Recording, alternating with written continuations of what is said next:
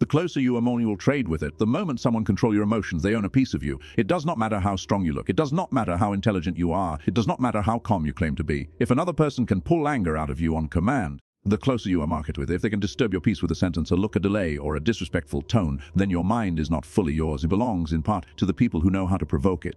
That is the first truth most people refuse to accept. They think anger is power. The closer you are than reacting proves strength. They think raising their voice, showing intensity, and making sure people know they are not to be disrespected is some kind of victory. But dark psychology teaches something colder. The person who angers you is not always stronger than you.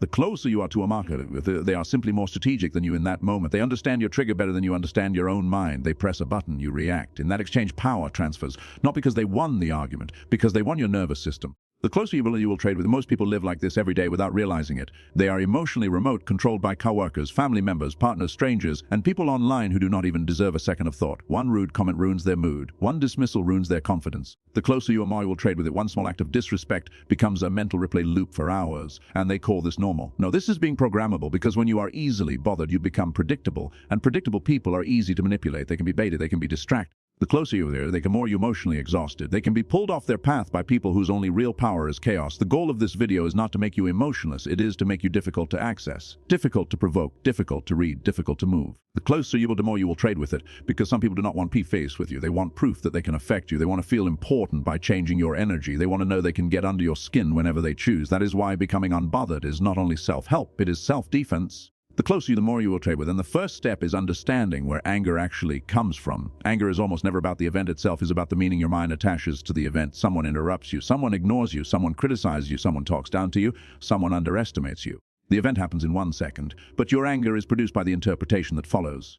The more you will trade with it. They think I'm weak. They're trying to embarrass me. They shouldn't be talking to me like that. I can't let this slide. I have to respond. That inner narration is the real fire. Dark psychology begins by exposing this mechanism.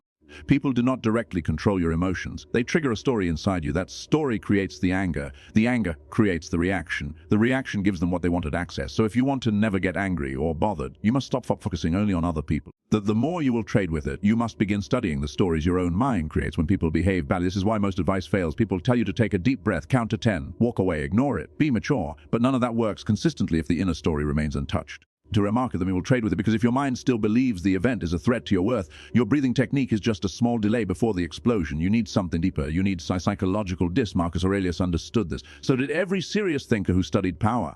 Close rate, the more you'll trade with. The lesson is simple. The person who rules himself cannot be ruled by irritation. The person who is not desperate to defend his ego becomes extremely hard to provoke. And that is why your ego is the real battlefield. You do not get angry because someone spoke. The closer you are, you get angry because your ego interpreted the speech as a threat to pride, a threat to status, a threat to identity.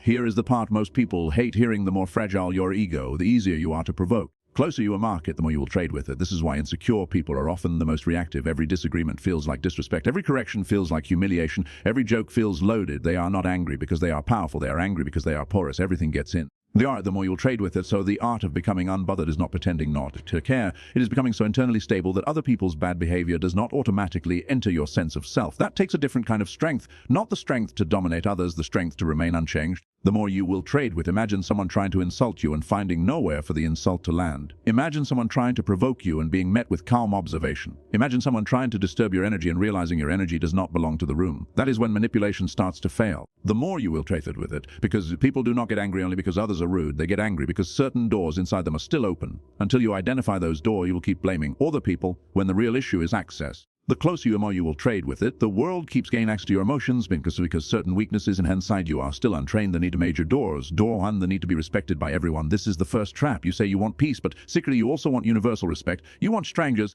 The more you will trade with it. Coworkers, family, partners, and random people online to see your value, acknowledge your intelligence, and speak to you properly. And when they don't, your nervous system reacts as if something sacred has been violated. That is why so many people stay irritated all day. The closer you, the more you will trade with it. They are trying to manage how they are perceived by everyone around them. They want emotionally immature people to behave maturely. They want selfish people to act fair. They want wounded people to stop projecting. They want the world to be internally ordered so they can feel calm. Whether that is not peace, that is dependency. Because the more your inner state depends on people behaving correctly, the more power you hand them. Dark psychology forces you to accept a cold truth. The more you will trade with it. Many people are not thinking about you deeply enough to disrespect you in the dramatic way your ego imagines. They are simply acting from their own pain, insecurity, stress, envy, or selfishness, but your ego makes their dysfunction feel personal. That is the trap. The closer the more you will trade that you take random chaos and turn it into a statement about your worth. So the first shift is this: stop expecting emotional order from emotionally disordered people. The moment you accept that many people are chaotic, immature, or unconscious, their behavior stops shocking you. The more you will trade with it, and what stops shocking you stops controlling you. Do the addiction to being right. Sometimes anger feels so righteous that you don't even want to let it go. Because anger gives you a role, the role of the smarter one, the role of the one who sees clearly. The closer you are, you will trade with it, the role of the victim of someone else's stupidity. That role is addictive because it protects the ego. If you stay angry, you never have to ask deeper questions. Why did that bother me so much? Why do I need them to be different for me to feel okay? Closer to a market, the more you will trade with it. Why am I giving this person? So anger keeps you from self-examination. And that is why some people keep replaying the insult, the disrespect, the unfairness. They are not just hurt, they are attached to the identity of being wrong. Machiavelli would see this as ego theater. The closer you'll trade with it, because even when you are right, you can still be weak if your peace depends on your rightness being recognized. So the second shift is this: being right is not as valuable as being undisturbed. Let weak people win small emotional battles. The closer, the more you will trade with. If protecting your peace requires letting someone walk away feeling smart, let them. The world does not collapse once because one foolish person left the room with a fantasy. Your peace is worth more than your performance. Door 3. The more you will trade with the inability to separate signal from noise. Most things do not deserve your emotional response, but the overstimulated modern mind treats everything like a signal. Every tone, every message, every glance, every delay, every passive-aggressive comment, everything feels loaded. The more you will trade with it. That is what happens when your attention becomes weak. You stop knowing what actually matters. So small things feel big, irrelevant people feel important, temporary emotions feel permanent, noise feels like danger. And because noise feels like danger, you react. Dark psychology teaches emotional economy instead. Before reacting, ask, will this matter in 3 days, 3 months, 3 years? Most of what irritates you today will not matter by next week. But because your mind has not been trained to scale importance correctly, with it, you react as if every small disturbance is a threat to your life. That is why calm people seem powerful. It is not because they have no emotions. It is because they know what is too small to enter. Now, once you understand these 3 doors: respect, dependency, rightness, addiction, the more you will trade with it. Conclusion: you can use the first real techniques. Technique 1: reframe disrespect as information. When someone is rude, dismissive, arrogant, or provocative, stop asking, why are they doing this to me? Or ask, what is this behavior revealing about them? Rudeness reveals poor regulation. Provocation reveals insecurity. Mockery reveals envy or immaturity. Passive aggression reveals weakness hiding behind politeness. The moment you treat bad behavior as information instead of injury, your emotional state changes. You move from victim to observer. And the observer is much harder to control. Technique 2: refuse ego traps. An ego trap is any situation designed to make you prove yourself. Someone underestimates you. Someone challenges you publicly. Someone talks down to you. Someone tries to bait you into defending your image. When you believe you must respond to maintain status. But real status is not built by reacting on demand. Real status is built by deciding what deserves a response. So the rule is simple: not every disrespect deserves participation. The more you will trade with it, some disrespect dies the moment you stop feeding it. Technique 3: observe like a psychologist, not a victim. Instead of reacting immediately, study the person. What are they compensating for? What insecurity is leaking out of them? Why do they need this moment so badly? Closely, more you trade with it. The moment curiosity enters, anger loses speed. Curiosity cools the nervous system. Observation restores choice. And choice game. Once you stop taking every disturbance personally, the next step is learning how to behave in real time when people test you. A market, the more you will trade with it, because theory is easy in silence. The real question is what happens when someone interrupts you, provokes you, disrespects you publicly, tries to embarrass you, manipulates your emotions, or keeps pushing after you've already decided not to react. This is where most people fail. The closer the more you will trade with it. They think calm means passivity. They think if they don't react strongly, they are letting people get away with it. So they swing between 2 broken modes: either explode or they suppress. Either they become aggressive or they become fake, peaceful, while resentment builds underneath. Close trade with it, neither is power. Exploding gives your power away immediately. Suppressing stores poison. Real power is calm enforcement. That means you stay emotionally stable while still maintaining a boundary. 2-1. He'll trade with it. Silence is emotional armor. Most people are terrified of silence in tense moments because silence creates uncertainty. And uncertainty feels like weakness to the insecure mind. It feels like you are losing if you do not instantly respond, so people rush to explain, justify, defend. The more you will trade with it and react. But silence is one of the strongest and psychological you have. Not dramatic silence, not sulking, not passive-aggressive silence, clean silence. The kind that says, I am not emotionally available for your chaos. When someone says something provocative, the closer you automatically will trade with it. Your first job is not to answer. Your first job is to prevent their energy from entering your nervous system. So that pause does 3 things in your automatic reaction. It forces the other person to sit in what they just created. It signals that you are not easy to move. The more you will trade with it. This is why silence unsettles manipulative people. They expected access. They expected spark. They expected proof that they could touch your state. Silence denies access. Tool 20: slow your body and you slow your mind. Anger is physical before it becomes verbal. The jaw tightens. The shoulders rise. The chest heats up. The voice sharpens. If you do not catch anger in the body, it will always reach the mouth.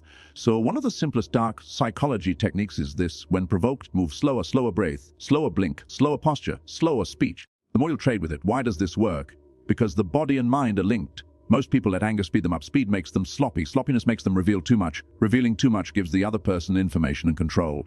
But when you deliberately slow the body, you break the rhythm of anger. The more you will trade with it, you stop behaving like predators rush. Sovereigns choose. Tool 3, refuse the emotional frame. Most disrespectful interactions are not really about facts. They are about frame. Someone is not only challenging what you said, they're trying to place you in a role, the emotional one. Closer you are market, the more you will trade with it. The insecure one, the defensive one, the one who needs to prove themselves. The moment you start defending your worth, your intelligence or intentions, you step into their frame, and once you are inside their frame, the battle is already lost. So instead of answering at the level of emotion, Navio to respond at the level of structure, not how dare you talk to me, lad. That can talk when this becomes productive.